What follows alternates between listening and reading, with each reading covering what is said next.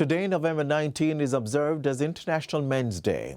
It's an observation designed to celebrate the contributions made by men worldwide towards their families, community, and country.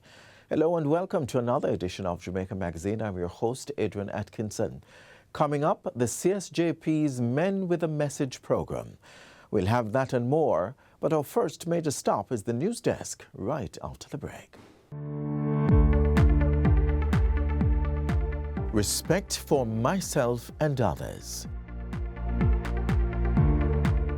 Self-discipline means there's a right way to conflict resolution. Kindness and compassion say being nice is normal. Honesty and integrity are badges of honor. Yes, we choose values for life.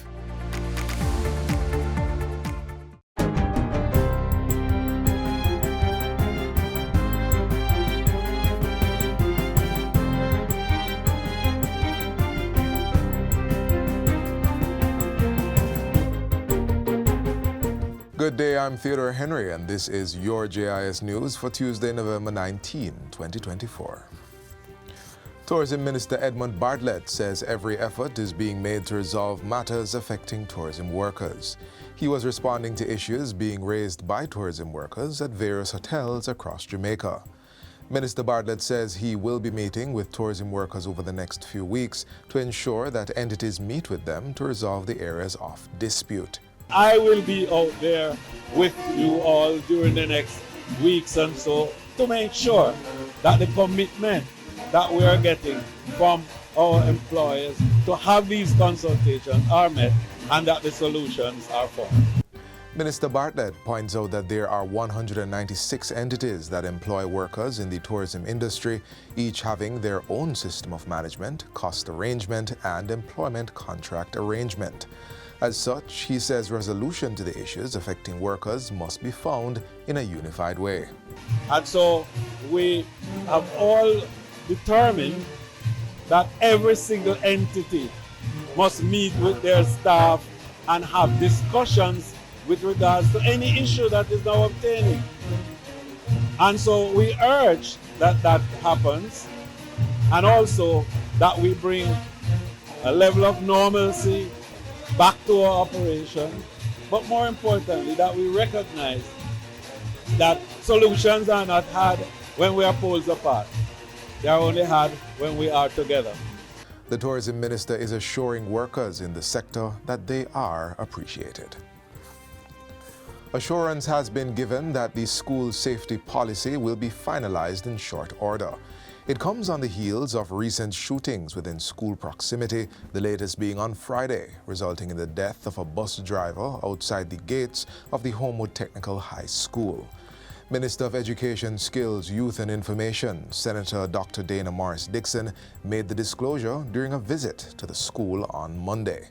She says her team is working closely with the Ministry of National Security to implement robust security protocols across all schools in Jamaica. And in addition to that, the discussions around penalties for crimes that take place on a school compound or near a school or involving our children have to be expedited. Dr. Morris Dixon also expressed deep empathy for the school community, acknowledging the traumatic impact of the incident. It is not fair to any of you to have witnessed what you witnessed on Friday and to be in the kind of mourning that you are in this morning. And we really have to commit to not letting this happen. According to Minister Morris Dixon, the authorities have made significant progress in the investigation with the arrest of several individuals and seizure of a vehicle related to the crime. Meanwhile, the Education Ministry has mobilized a team to provide critical support to students, staff, and the broader Homewood Technical School community. The team includes school leaders, regional safety officers, education officers, guidance counselors, and social workers. The Department of Correctional Services, DCS, has suspended all visits to adult and juvenile correctional institutions across the island for 2 weeks until December 2. The notice was released on Monday following confirmed cases of the influenza H1N1 virus at the St. Catherine Adult Correctional Center and the Tower Street Adult Correctional Center. According to the DCS, the precautionary measure is necessary to prevent further spread of the virus and to safeguard the health and safety of inmates and staff within the facilities. It says the situation is being monitored closely and that it is working with relevant ministries and agencies to manage and contain the spread of the virus. Updates regarding the resumption of visits and any additional measures will be communicated as necessary. 3 civil servants were recognized for their exceptional contributions to the public sector at the Civil Servants of the Year and People's Choice Awards held last Friday. The event was jointly hosted by the Government and First Heritage Cooperative Credit Union. The top honorees include Andre Allen, Manager for Computer Services at the Jamaica Information Service, who won the Civil Servant of the Year award in the managerial category. Barbara Williams-Riley, Field Supervisor at the Statistical Institute of Jamaica, topped the mid-managerial category. And Jaron Bonsfeather, Psychiatric Nursing Aide at the Ministry of Health and Wellness, was the winner for the Technical Support category.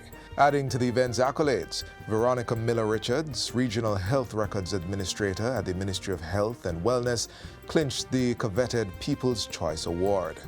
Minister of Finance and the Public Service, Favor Williams, lauded the honorees and all public servants for their dedication and professionalism. Our civil servants embody the values of integrity, empathy, professionalism, and a profound commitment to service, ensuring that our public service functions smoothly, equitably, and with the interests of every Jamaican at heart. It is through this dedication that together as a country, we become more powerful. Civil Servant of the Year award recipient in the managerial category, Andre Allen, encouraged public servants to remain dedicated to nation building. Together through our dedication, creativity, and teamwork, we can contribute to something far greater and create a flood of progress, innovation, and transformation for our beloved country. And finally, persons are being encouraged to participate in activities scheduled in observance of Local Government and Community Month. The month is being observed under the theme, Local Government at Work, Facing the Future Together.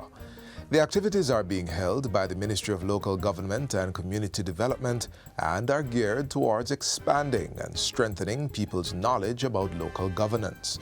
Chief among these is a Local Government Expo on November 20 at the National Indoor Sports Center. The event will showcase interactive booths, displays, and demonstrations from all agencies under the ministry's purview, as well as the Earthquake Unit. A local government cook-off competition will take place on November 29 at Pearly Beach in St. Anne. Persons can visit the ministry's website and social media pages for more information on activities scheduled for the remainder of the month. And that's it for JIS News Today. I'm Theodore Henry. Thanks for watching.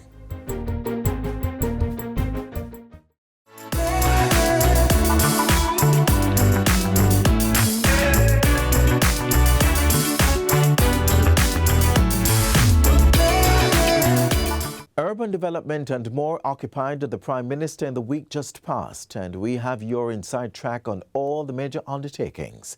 It's time for the weekly Jamaica House Roundup.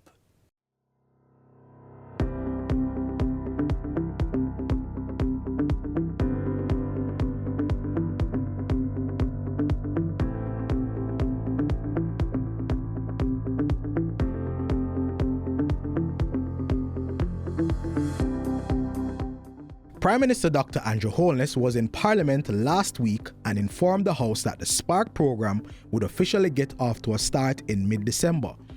The $45 billion program will span 3 fiscal years. Over that time, work will be carried out on 60 kilometers of main roads and approximately 600 kilometers of priority roads across all constituencies. The roads have been selected through community consultations. This is about investing in our local and community roads. In other words, Mr. Speaker, this is the investment that will impact the lives of the ordinary Jamaicans, the road that passes your gate. Prime Minister Holness says a structured maintenance system is also being put in place with its own budget to ensure the roads don't fall back into disrepair.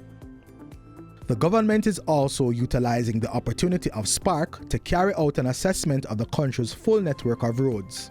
The next step from that is to work out what is the state of repair of all the roads.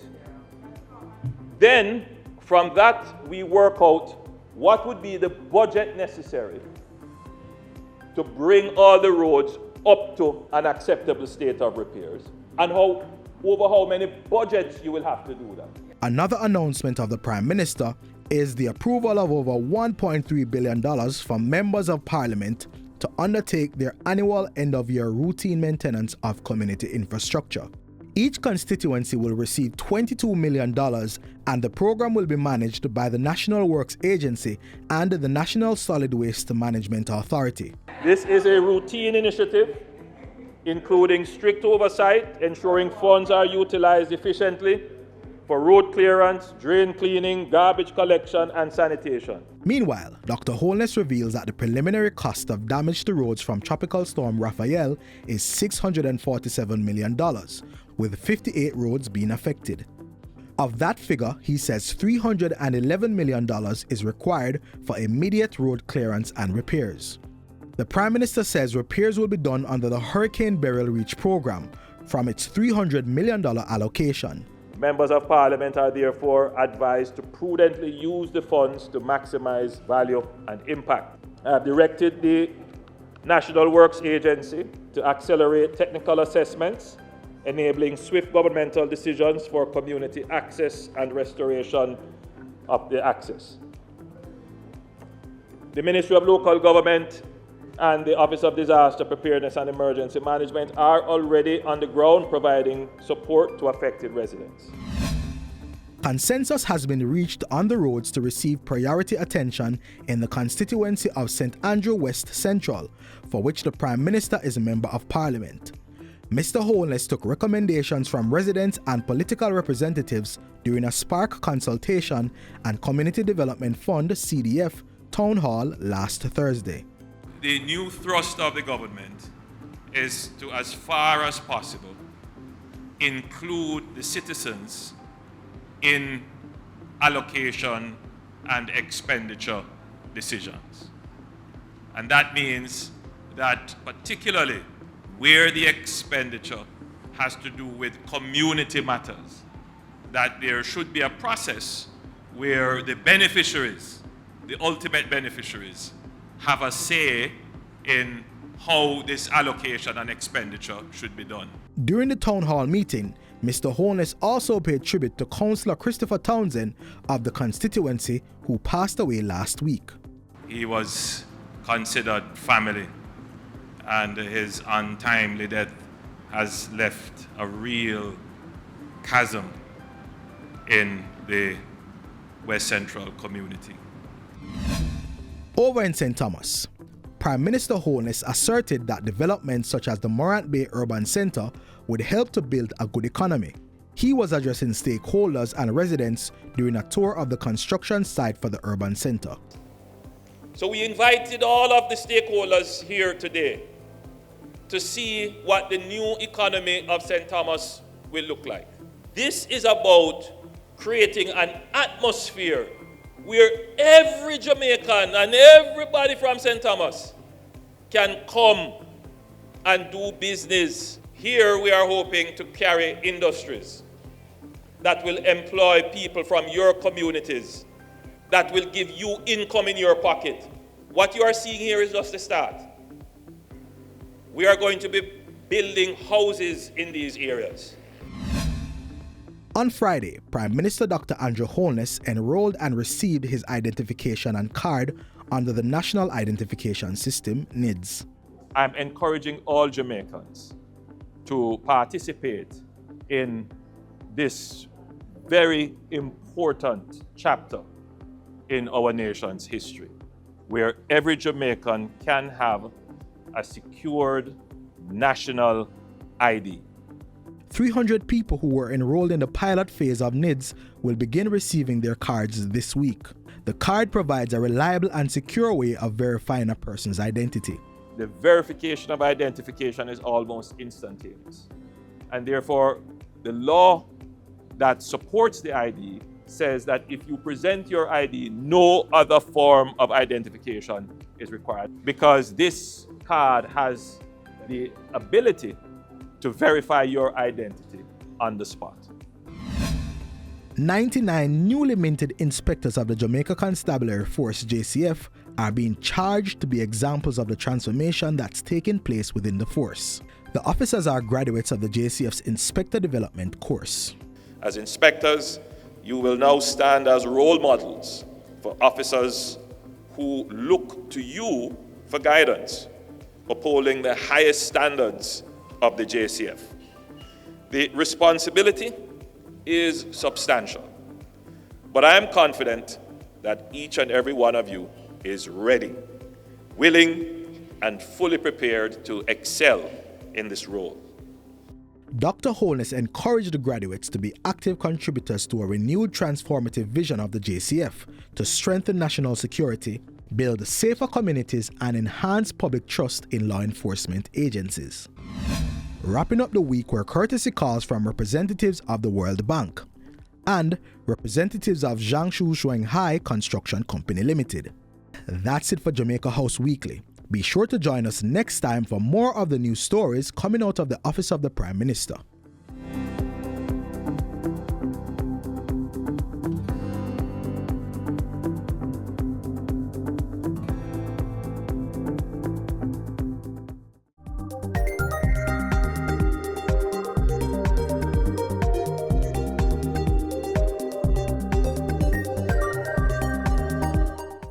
On International Men's Day, the Men with a Message initiative continues to build its success in inspiring the youth of Jamaica to lead lives of purpose, resilience, and a positive change. Let's hear the important stories of some of these men.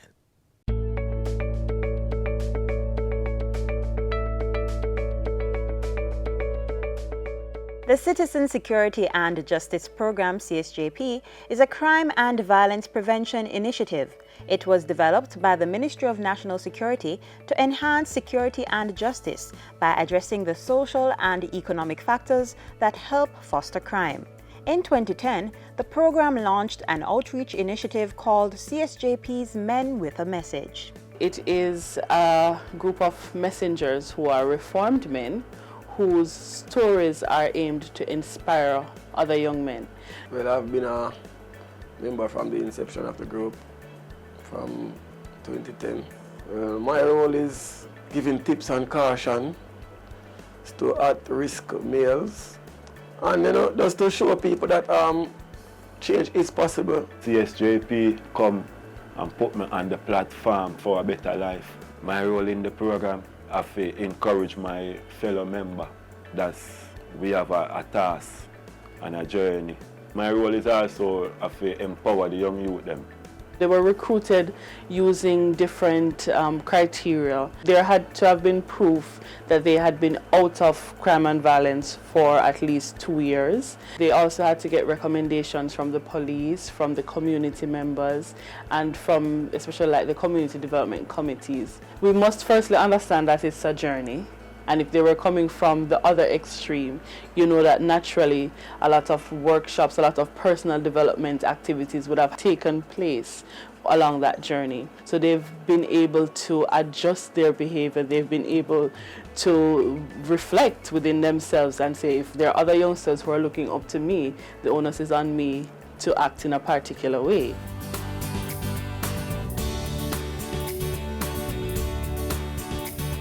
My name is Derek Jones. I'm a member of Men with a Message. I was in Central Lockup for around a month. I was a part of the problem, robbing people, park and corner, defend ends and turf, till end up fall on the wrong side. When I first wake up in jail, I can't believe that I'm in jail, I wake. So from there, my mindset started thinking different, knowing that jail was not the right place for me at that time. I'm Kitsi Brian, and I'm a man with a message. Being in institutions and seeing what life is like, you know, you just have to make a decision. Is either you're going to continue like this or you're going to make amends of your life. I decided that coming back into civilization, that I wanted a change.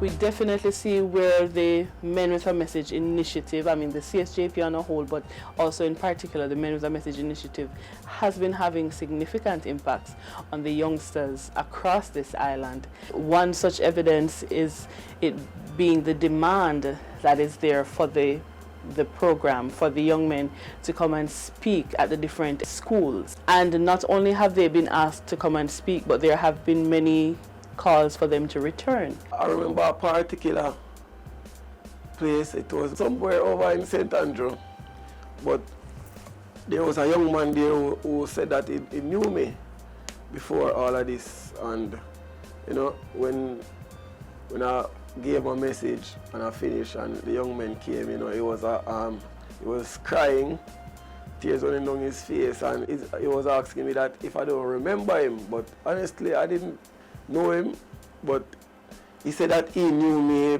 from time before, and that he had loved the transformation. I can safely say that young man is a member of the National Institute, Engineering Institute, which is NTI.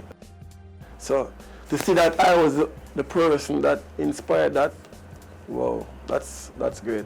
They are representing a brand that is synonymous to peace building, a brand that is synonymous with law and order, right?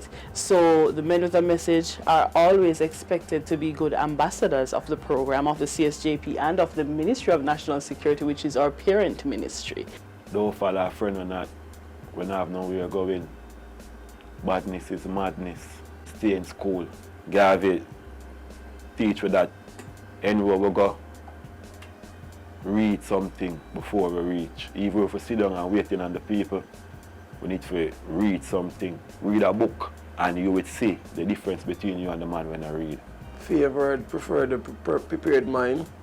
We have the power, you know, to form and shape our future. And I'd like to think that, you know, if you want good for yourself, then you'd want to choose the positive way too. Other people are doing what they want to do. So if I have a dream, I don't see the reason why I can't go there and achieve it, just like any other human being.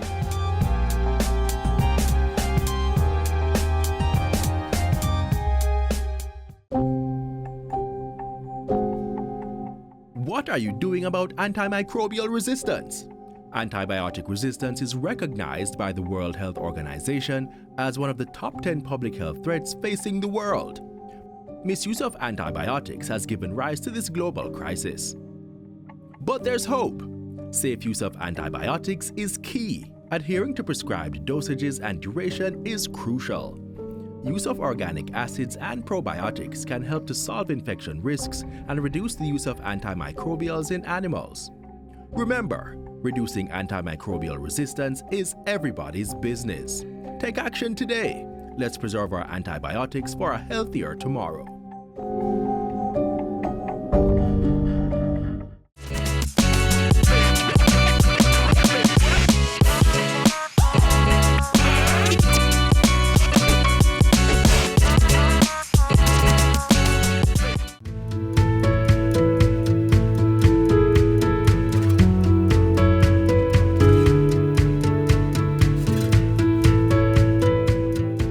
It's very important that we all take care of our mental health. Good mental health, mental wellness impacts on and will affect how we live within our family, interact with family members. When we enjoy good mental wellness, it impacts on how we function in school, function at the workplace, relate to members in our community, members at church, and the wider society. So it's very important for us to enjoy mental wellness. there are some important things that we need to do. First of all, take care of ourselves. Self-care is important. It's also important for us to establish high value, healthy social connections. Yes? What we find is that people who live longer, live healthier on a daily basis are people who invest in good social relationships, with your family, with your friends, people at school, people at the workplace, people in your community of faith. So it's so important for us to find time to invest and to interact with people. It's also important for us to recognize that, mental illness can affect anyone in the community, anyone in our family, and that when we're not doing well, it's so important for us to seek help very early. I know we live in a society where there's a lot of negative attitudes, high level of stigma towards mental health and mental illness. But it's so important for us to, when we're having problems, when we're having difficulty, be it not sleeping well or struggling at the workplace, difficulty studying at school, or problems relating with others around us, indicate that we're having some mental health challenges, yes? And when these things are happening to us, it's important for us to seek professional help early. And in seeking professional help, it's so important that we choose people who are adequately trained, because there are lots of people who are out there practicing who are not adequately trained, and they can give us wrong advice, treat us in inappropriate ways. We're also living in a world, post-pandemic, after the pandemic, where we've seen a surge in mental health problems, especially among young people. Depression, suicidal ideation, problems adjusting to school and so on. And we're seeing it, based on the number of persons young people who are coming forward for help. And what I want to advise parents, family members, teachers and so on, to recognize that our young people are having mental health challenges, and when they present, let us listen to them, respond to them in a non-judgmental manner, and most importantly, encourage them to seek help very early. It's very important, because too many young people have found that they have not been able to achieve their goals in studying or career goals because of mental illness and not having gotten treatment early in their illness. So I encourage us, encourage our young people, support them to seek help when it's necessary.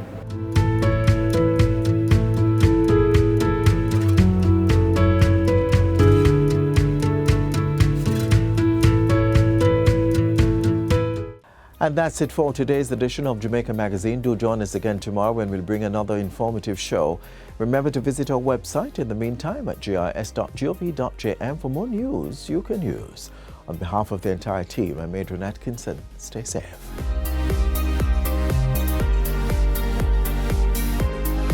This has been a production of the Jamaica Information Service, the voice of Jamaica.